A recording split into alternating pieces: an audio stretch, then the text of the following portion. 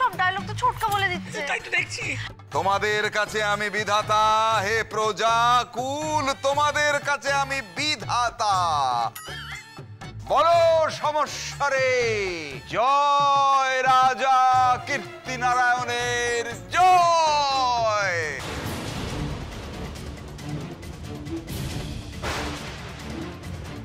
এই মহারাজ তো তুই ছিলিস, ছোটকা কি করে হয়ে গেল? আমি কি করে জানবো? আমি কিচ্ছু বুঝতে পারছি না, বিশ্বাস কর। মহারাজ, এখন আপনার বিশ্রাম করার সময়। বিশ্রাম? আমার বিশ্রামের প্রয়োজন।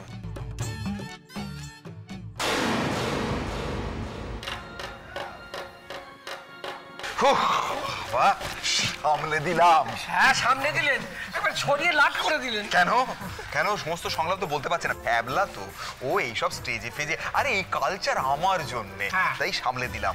আমার ডায়লগগুলো কেন বলে দিলে তুমি? টেম্পো এসে গেছিল, লরি হয়ে বেরিয়ে গেলাম। কি লজ্জা, কি লজ্জা! ছি ছি ছি ছি, একটা কথা কেউ ঠিক মতো বলতে পারলো? দেখলেন দাদা, আমি কিন্তু আগেই বারণ করেছিলাম। না না না, কিন্তু এই মানুষগুলো এখন কি ভাবছে? আমি তো বারণ করেছিলাম, এগুলো তো হয় না। পরের দৃশ্যটা একটু জমিয়ে করতে হবে। হ্যাঁ, পরের দৃশ্যটা রাজা রানী রয়েছে, ভালো করে করতে হবে। আপনি একটু শান্ত হয়ে বসুন না মা। বাবু, এবার একটু জমিয়ে করুন। আর ছড়িও না বাপ। কিন্তু রানী কোথায়? রানী রানী রানী? রানী এত হয় রানী? হ্যাঁ, রানী ওই আসছে, ওই তো। মহারাজ,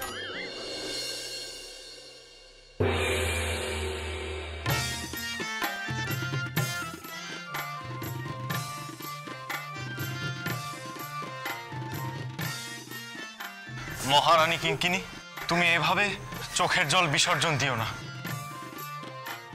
আমি তাহলে রণক্ষেত্রে যাইতে পারিব না। যমুনা, রিভু কি সুন্দর করছে দেখেছো অভিনয়? হ্যাঁ, এটা অবশ্য আগেই জানতাম। আমার দিকে তাকাও, তাকাও আমার দিকে।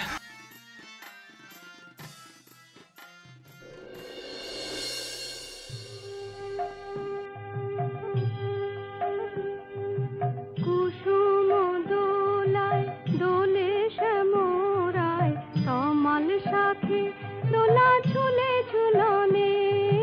কুসুম দোলায় দোলে শ্যামরায়, তমাল সাথে দোলা ঝুলে ঝুলনে। শ্যামের পাশে শ্রীমতী হাসে, শ্যামের পাশে শ্রীমতী হাসে। যুগল শশী যেন বৃন্দাবনে। কুসুম দোলায় দোলে শ্যামরায়, তমাল শাখে দোলা ঝুলে ঝুলনে।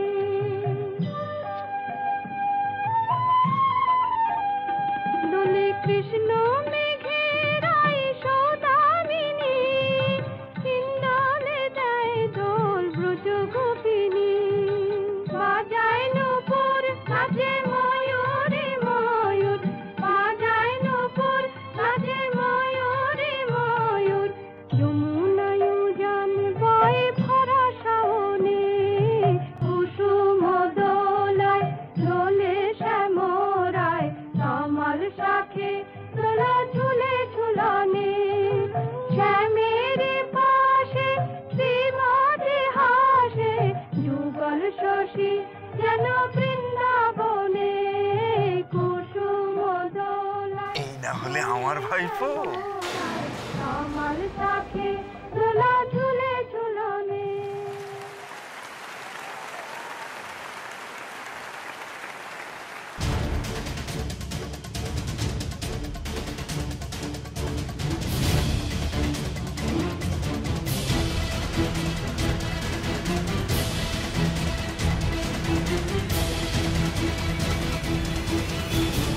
কিঙ্কিনি, আমায় এবার যেতে হবে।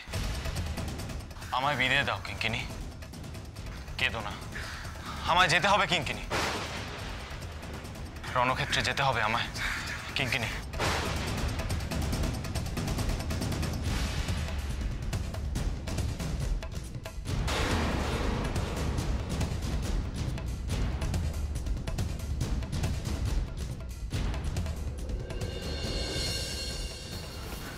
সুকুমার দা,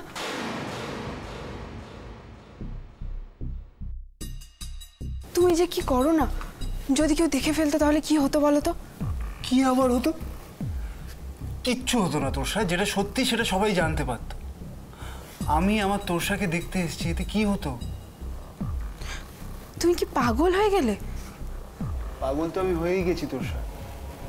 যবে থেকে তোমায় ভালোবেসেছি তবে থেকে পাগল হয়ে গেছি। আর কেউ যখন দেখেনি তখন তুমি এত টেনশন নিচ্ছ কেন? তোমায় তো এটা একটু সহ্য করতেই হবে তোরসা, যতদিন না আমি চিরকালের মতো তোমায় পাচ্ছি। মানে তুমি কি বলছো আমি কিছু বুঝতে পারছি না। তোরসা, তুমি কি চাও না যে আমরা একটা নতুন জীবন শুরু করি? আমি এখনো সেরকম কিছু ভাবিনি। তোরসা, ভাবনি তো এখন ভাবো। আমরা দুজনে একটা স্বপ্নের জগৎ তৈরি করব। এখন থেকে শুধু সেটা নিয়েই ভাবো তোরসা। আর আমার কথা ভেবো, আমি ঠিক তোমার কাছে চলে আসবো। এখন আসি, সাবধানে থেকো।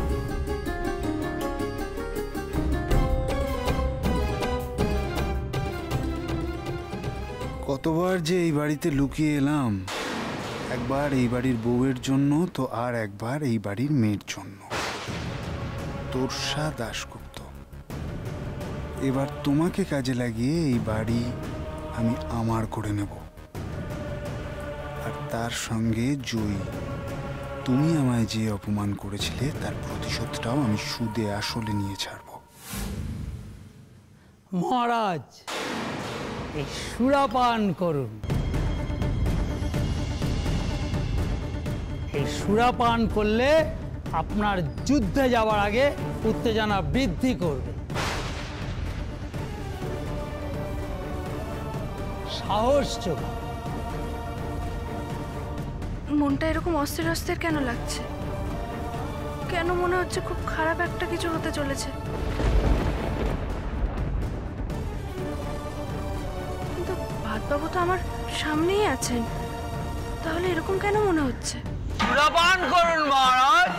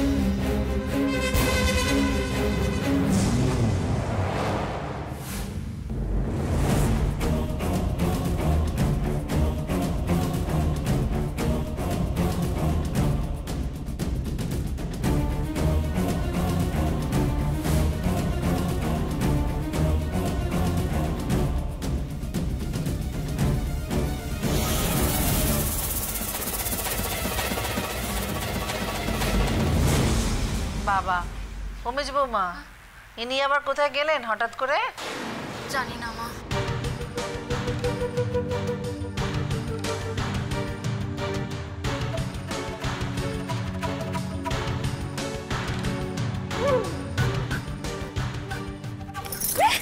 কি আশ্চর্য! গাছাগুচ্ছি শাড়ি এনেছে। আরে আরে কিছু টাকা পয়সা,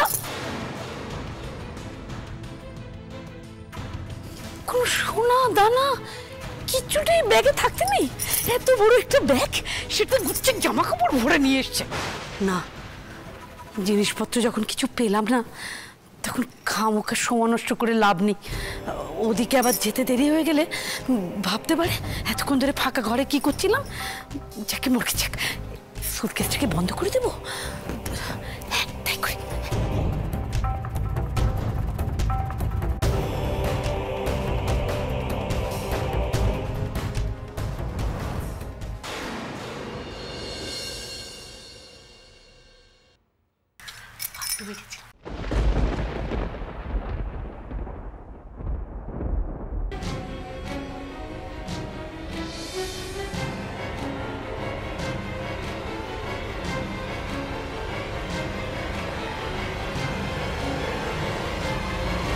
দিন মহারাজ।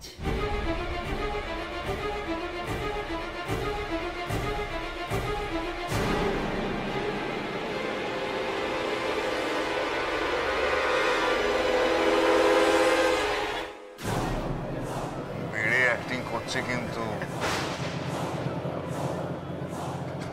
এই তো কাজ হচ্ছে। এ কি, আমার মাথাটা এরকম ঘুরছে কেন? তাহলে কি এই শরবতটার মধ্যে সত্যি কিছু মেশানো ছিল?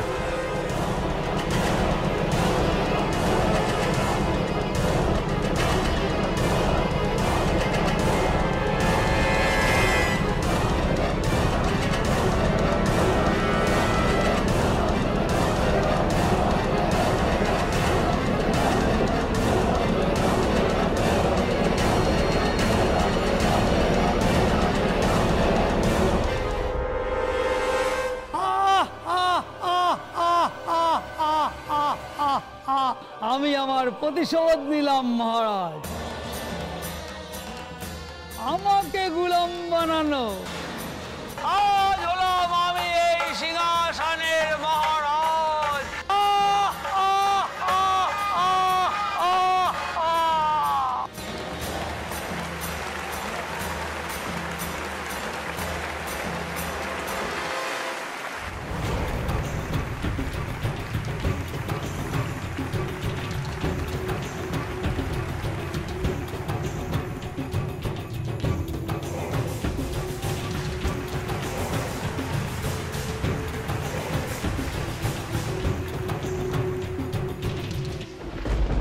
প্রথম দিকে একটু গন্ডগোল হলেও যাত্রাটা কিন্তু বেশ ভালোই হয়েছে, তাই না জেঠুমণি? একদম ঠিক কথা বলেছো। আমার ছোটবেলার কথা মনে পড়ে যাচ্ছে, জানো তো। ছোটবেলায় এই পুজো পার্বণের সময় আমাদের বাড়িতে না ওই যাত্রা নাটক লেগেই থাকতো। সেটা হইছে ব্যাপার। জানি বাবু, আমার তো শুধু গানটাই ভালো লেগেছে। দর্শকদের অসংখ্য ধন্যবাদ। আপনাদের উচ্ছ্বাসই বলে দিচ্ছে যে আমাদের যাত্রাপালা আপনাদের কেমন লেগেছে। বেশ ভালো লেগেছে, তাই তো?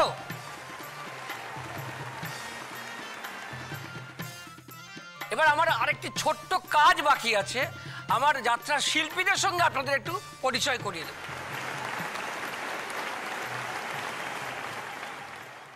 আসুন আসুন আসুন।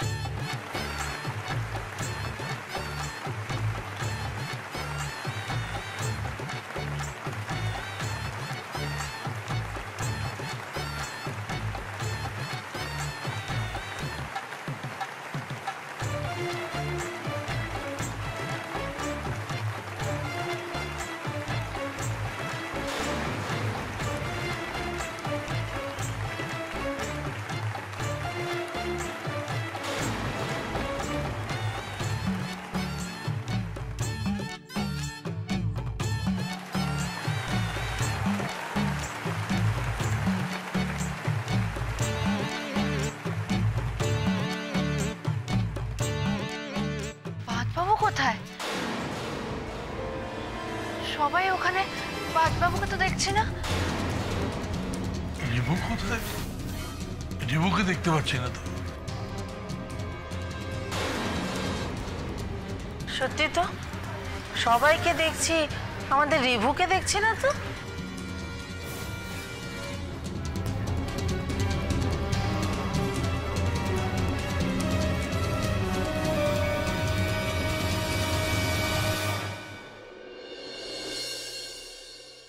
কোথায় যে চলে গেলেন বাদবাবু, আমি কিছু বুঝতে পারছি না। তুই এত চিন্তা করছিস কেন? আরে কোথায় আর যাবে, কাছে পিঠেই কোথাও আছে, চলে আসবে। ওরা ওই তোর এসে গেছে। কি রে, দেখতে পেলি? যেটুকুনি সব জায়গায় দেখলাম, কোথাও রিভুকে তো দেখতে পেলাম না। দেখতে পেলি রে, মানেটা কি? একটা জলজ্যান্ত ছেলে উবে চলে যাবে? এটা কখনো হয়? আমি জনে জনে জিজ্ঞাসা করলাম, কেউ দেখতে পায়নি। আশ্চর্য, কি ব্যাপার করছে আমি বুঝতে পারছি না।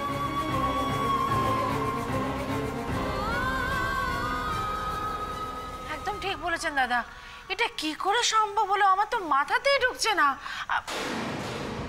আচ্ছা, তুমি তো সারাক্ষণ ছিলে পাশে, একটু খেয়াল রাখতে পারলে না? আরে আমি তো দেখলাম বাদবাবুকে, আর আপনারা সবাই তো দেখলেন। বাদবাবু তো যাত্রা শেষ পর্যন্ত ছিলেন, কিন্তু কোথায় যে গেলেন আমি কিচ্ছু বুঝতে পারছি না। এই জয়ী, ও দাদা বলছে আমি না বাড়ির দিকে গেছিলাম জানেন, ভাবলাম যে এখানে এত ধকল জামাই বোধহয় ক্লান্ত হয়ে পড়েছে, হয়তো বাড়ির দিকে একটু শুতে টুতে যাবে, কিন্তু না দাদা বাড়িতে তো দেখতে পেলাম না।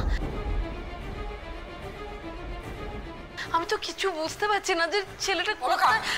আমি গ্রামের লোকেদের খবর নিতে বলেছি। আচ্ছা, ওরা খোঁজ চালাচ্ছে, যে কোনো মুহূর্তে একটা খবর নিয়ে আসবে।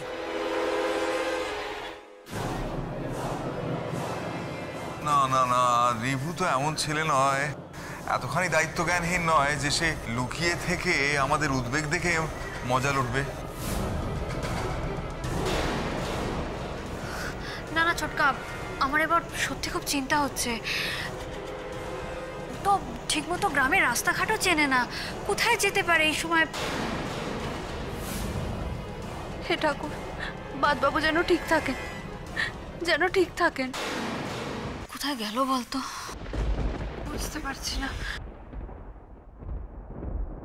পলাশ মামা, রবি মামা, কি গো বাদবাবু কোনো খোঁজ পেলে তোমরা? হ্যাঁ না, জামাইকে কোথাও খুঁজে পেলাম না।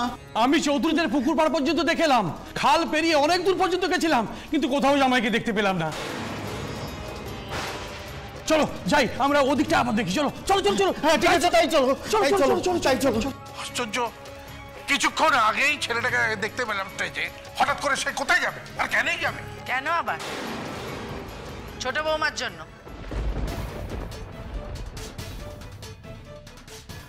আশ্চর্য, ছোট বৌমার জন্য আমাদের রিভু উদাও হয়ে চলে গেল। বাবা ধন্য মেজ বৌদি, তুমি এখানে এসেও মেয়েটাকে দোষারোপ করতে ছাড়বে না? এমনি এমনি দোষ দিচ্ছি না ঠাকুরপো, বুঝে শুনেই দিচ্ছি। আমি বলছি, আমি আপনাকে বলছি দাদা, রিভু ছোট বৌমার জন্য এখান থেকে চলে গেছে। কেন, মানে রিভু জয়ীর ওপর রাগ করে এখান থেকে চলে যাবে কেন? কেন যাবে নাই বা কেন? ও মেয়ে তো ওকে জোর করেছিল যাত্রা করার জন্য। রিভুর মোটেই ইচ্ছে ছিল না, কিন্তু আমাদের ছেলে তো দায়িত্ব পালন সে তো করবেই। কাজ শেষ হয়েছে, অভিমান করে এখান থেকে চলে গেছে। আচ্ছা মা, ছোট ঠাকুরপো যদি এখান থেকে চলেও গিয়ে থাকে, তাহলে কেউ তো দেখতে পেত ওকে যাওয়ার সময়। না, বাদবাবু আমার উপরে রাগ করে বা অভিমান করে চলে যাননি, তাহলে বাদবাবু আমাকে শাস্তি দিতেন, এভাবে তোমাদের সবাইকে চিন্তায় ফেলতেন না। আমি বুঝতে পারছি না বাদবাবু কেন চলে গেলেন। আমার মনটা তখন থেকেই কুগাই ছিল। আমার মনে হচ্ছে এর পেছনে অন্য কোনো কারণ আছে। আচ্ছা, অন্য কেউ পাওয়া গেল গায়ের জামাইকে?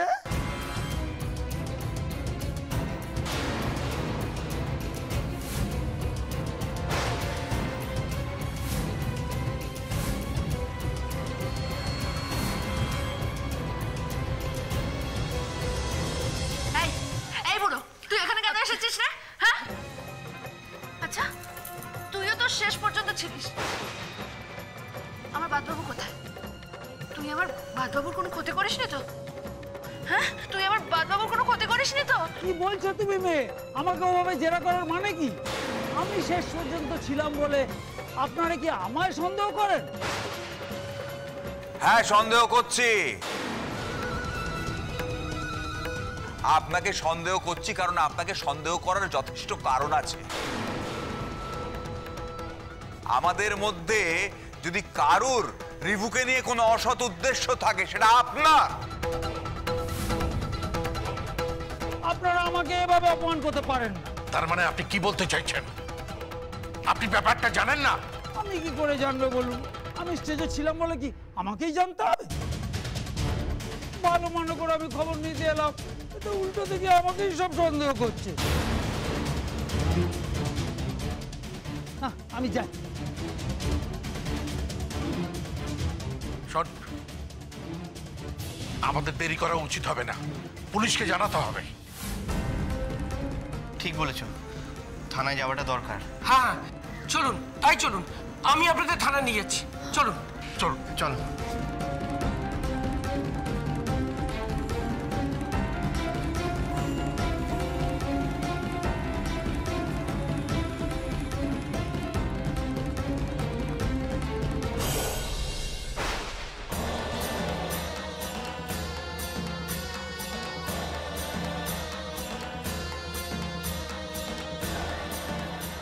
বাদবাবু জ্ঞান হারালেন, তারপর আলো নিভলো, আর যখন আলো জ্বললো তখন মানুষটা স্টেজে নেই। কি হতে পারে? কোথায় যেতে পারে মানুষটা?